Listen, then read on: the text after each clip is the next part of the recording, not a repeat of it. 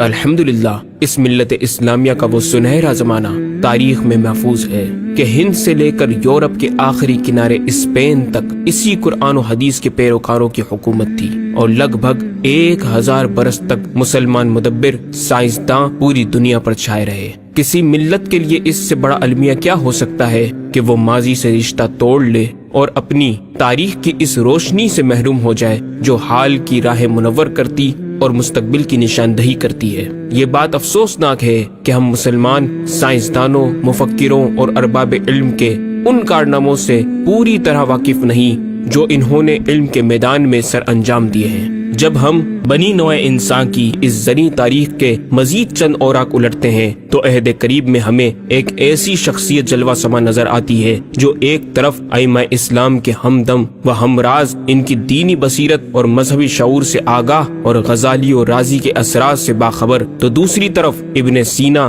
فارابی، بطلیموس کی تحقیقات سے کھیلتی، ابن ہیثم اور ارشمیدس کی ریاضیات سے مسکرا کر باتیں کرتی، البرٹ آئنسٹائن اور غلیلیو کے نظریات کا تعاقب کرتی، ٹولیسیلی اور نیوٹن کے کلیات کے پرخچے اڑاتی، اور پلسٹلے اور لیوازیے کی کیمیائی انکشافات کی تشریح کرتی نظر آتی۔ گویا البیرونی کے بعد مسلمانوں میں 14ویں صدی ہجری تک البیرونی جیسا سائنسداں پیدا نہیں ہوا۔ یہ اعزاز بر صغیر پاک و ہند کو 1856 عیسوی مطابق 1272 ہجری میں حاصل ہوتا ہے کہ جب دنیا انسانیت کا عظیم مدبر، مفکر اور عظیم سائنسداں بریلی کی سرزمین پر جنم لیتا ہے، جسے دنیا احمد رضا خان بریلوی کے نام سے یاد کرتی ہے۔ شاہ احمد رضا کی بات کرے، ہاں تلافی سیئات کرے، وہ علوم کثیرہ میں مانگے، سب پہ علمی نوازشات کرے، انگنت خوبیاں رضا میں گئے، ان کی کیا کیا بیان صفات کرے۔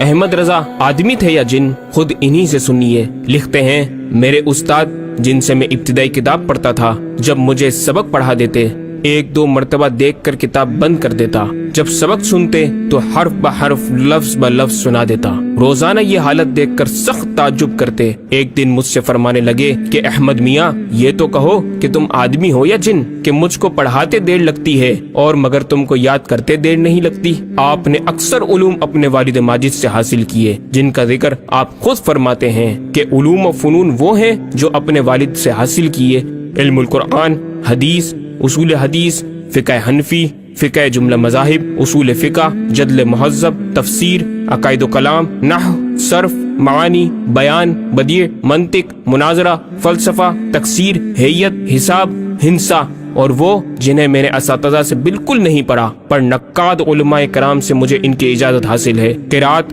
تجوید، تصوف، سلوک، اخلاق، اسماء الرجال، سیر، تاریخ، لغت، ادب مع جملہ فنون، اور وہ جنہیں میں نے کسی افادہ بخش استاد سے حاصل نہیں کیا، نہ پڑھ کر، نہ سن کر، اور نہ ہی باہمی گفتگو سے۔ گویا یہ علوم ایسے ہیں جن کی تعلیم صرف آسمانی فیض سے مجھے حاصل ہوئی۔ ارثمتیکی، جبر و مقالہ، حساب ستینی، لوغارثم، توقید، مناظرہ و مرایا، علم العقر، زیجات، مثلث کروی، مثلث مسطح، حیت جدیدہ، مربعات، جفر، زائچہ۔ مزید علوم کے بارے میں لکھا کہ جن کی تعلیم بھی کسی استاد سے حاصل نہ کی، نظم عربی، فارسی، ہندی، نثر عربی، فارسی، ہندی، خط نسخ، نستعلیق، تلاوت مع تجوید، علم الفرائض۔ پھر ارشاد فرماتے ہیں کہ اللہ کی پناہ، میں نے یہ باتیں فخر اور خواہ کی خود ستائی کے طور پر بیان نہیں کی، بلکہ منعم کریم کی عطا کردہ فرمودہ نعمت کا ذکر کیا ہے۔ میرا یہ دعویٰ بھی نہیں ہے کہ ان میں اور ان کے علاوہ دیگر حاصل کردہ فنون میں بہت بڑا ماہر ہوں۔ معارف کا سمندر موجزن ہے جس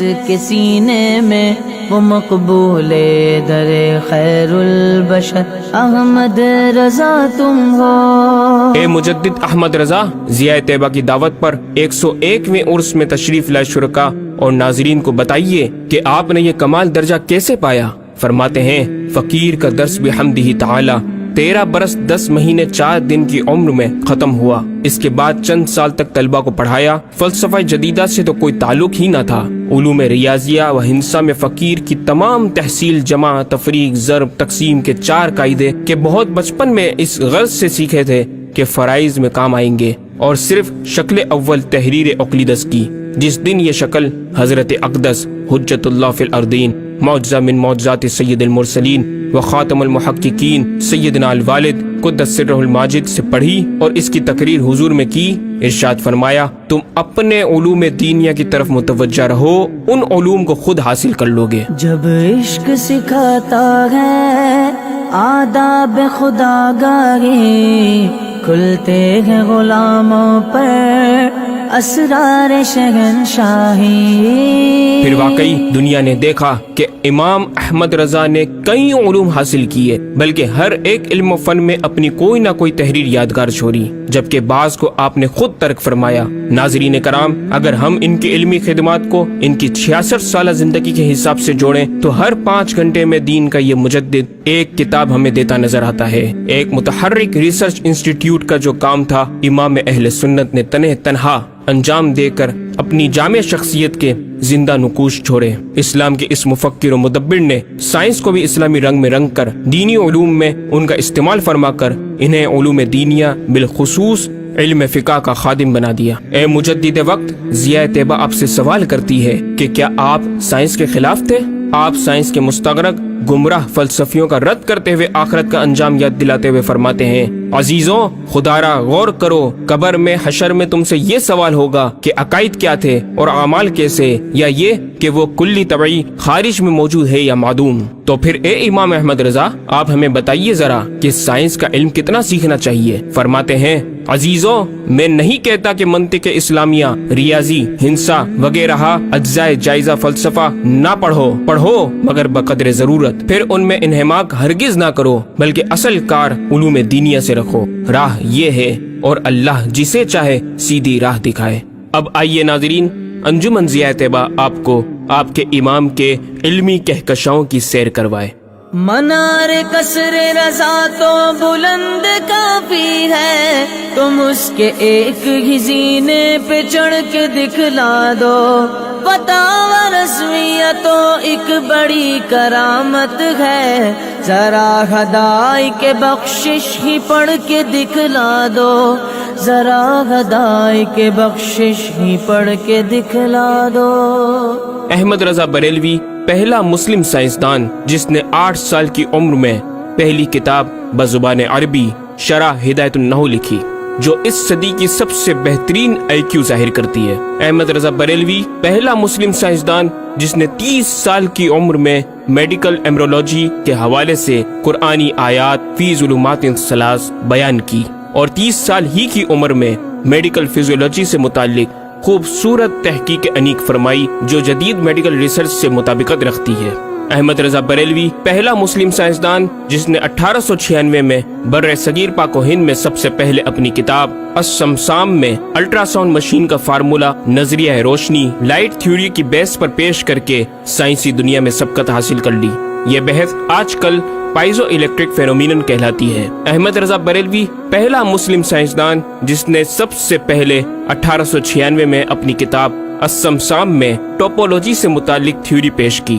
بعد میں 1905 میں اپنی کتاب الدولۃ المکیہ میں گفتگو کر کے سبقت حاصل کر لی، جبکہ یہ علم پاک و ہند میں 1968 میں متعارف ہوا۔ احمد رضا بریلوی پہلا مسلم سائنسدان و طبیب جس نے جزام لیپروسی سے متعلق 1908 میں 32 صفحات پر مشتمل اپنی تصنیف الحق المجتلی تحریر فرما کر اسلامی نظریہ غیر متعدی نون کمیونیکیبل پیش کر کے اسلام کی برتری سپریمیسی آف اسلام کو ثابت کیا، جس کی تائید آج کی میڈیکل سائنس نے بھی کر دی۔ احمد رضا بریلوی پہلا مسلم سائنسدان و طبیب جس نے طاعون پلیگ بیماری سے متعلق اپنی تصنیف مقامع الحدید میں اسلامی تحقیق کی ایسی وضاحت فرمائی جسے میڈیکل سائنس خراج تحسین پیش کرتی ہے۔ احمد رضا بریلوی پہلا مسلم سائنسدان جس نے صوتیات ساؤنڈ سے متعلق ماڈرن کمیونیکیشن سسٹم کے بنیادی اصول پر فکری بحث کو تجربات سے ثابت کیا، اور 1909 میں اپنی تصنیف الکشف الشافیہ گراموفون پر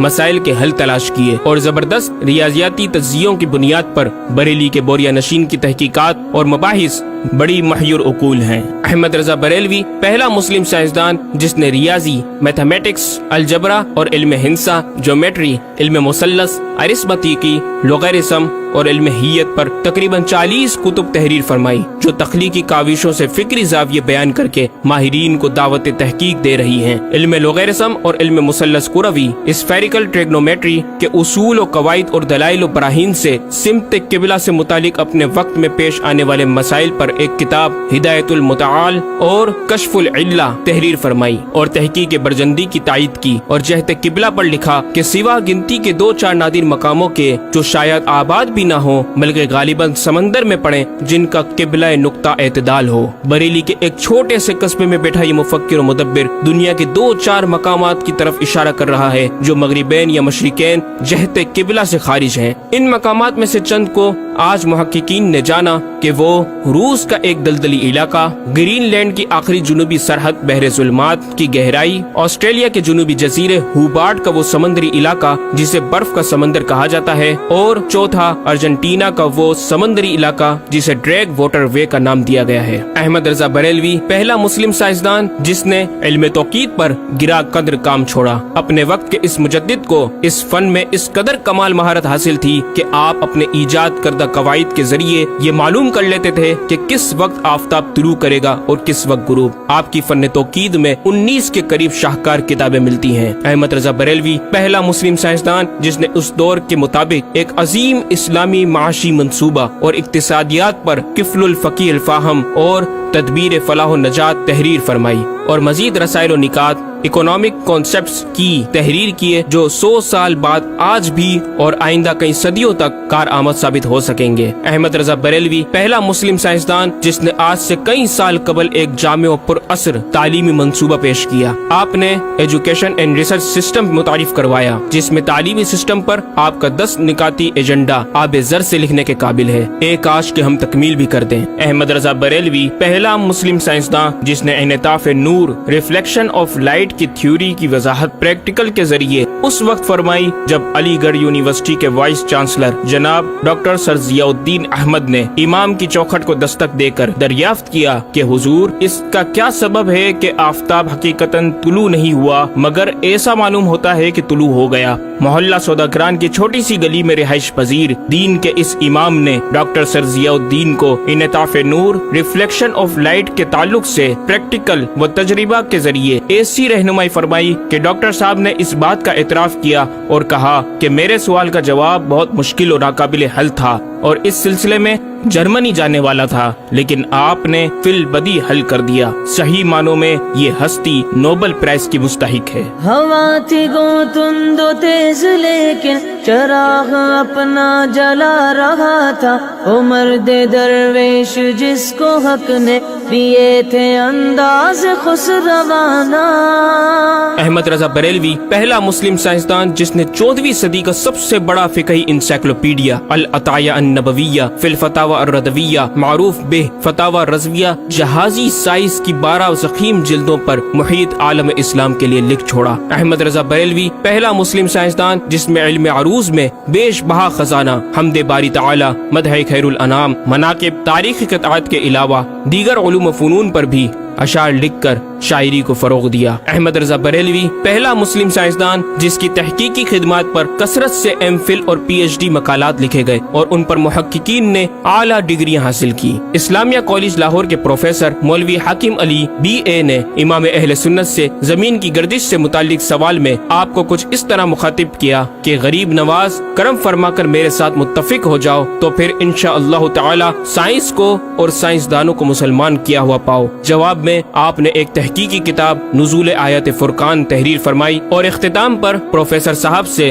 مخاطب ہو کر بڑی محبت سے دل پذیر اور ایمان افروز تعلیم تلقین فرمائی۔ فرماتے ہیں محب فقیر سائنس یوں مسلمان نہ ہوگی کہ اسلامی مسائل کو آیات و نصوص میں تعویلات دور اسکار کر کے سائنس کے مطابق کر لیا جائے۔ یوں تو معاذ اللہ اسلام نے سائنس قبول کی، نہ کہ سائنس نے اسلام۔ وہ مسلمان ہوگی تو یوں کہ جتنے اسلامی مسائل سے اسے خلاف ہے سب میں مسئلہ اسلامی کو روشن کیا جائے، دلائل سائنس کو مردود و پامال کر دیا جائے، جا بجا سائنس ہی کے اقوال سے اسلامی مسئلے کا اثبات ہو، یوں قابو میں آئے گی۔ اور یہ آپ جیسے فہیم سائنسدانوں کو بِإِذْنِهِ تعالی دشوار نہیں۔ الغرض صرف یہ ایک احمد رضا ہی نہیں، مسلمانوں کی علمی خدمات کی ایک طویل داستان ہے جسے بیان کیا جائے تو کئی ضخیم کتابیں تیار ہو جائیں اور یہ ثابت کرنا آسان ہو جائے کہ آج سائنس کے جن نظریات کو اہل مغرب کی تحقیقات سمجھا جاتا ہے دراصل عہد قدیم کی کاوشوں کا نتیجہ ہے جو تمام ممالک اسلامیہ میں پھیلے ہوئے ہیں۔ خود اہل یورپ نے بھی اس حقیقت کا بارہا اعتراف بھی کیا۔ یہ الگ بات ہے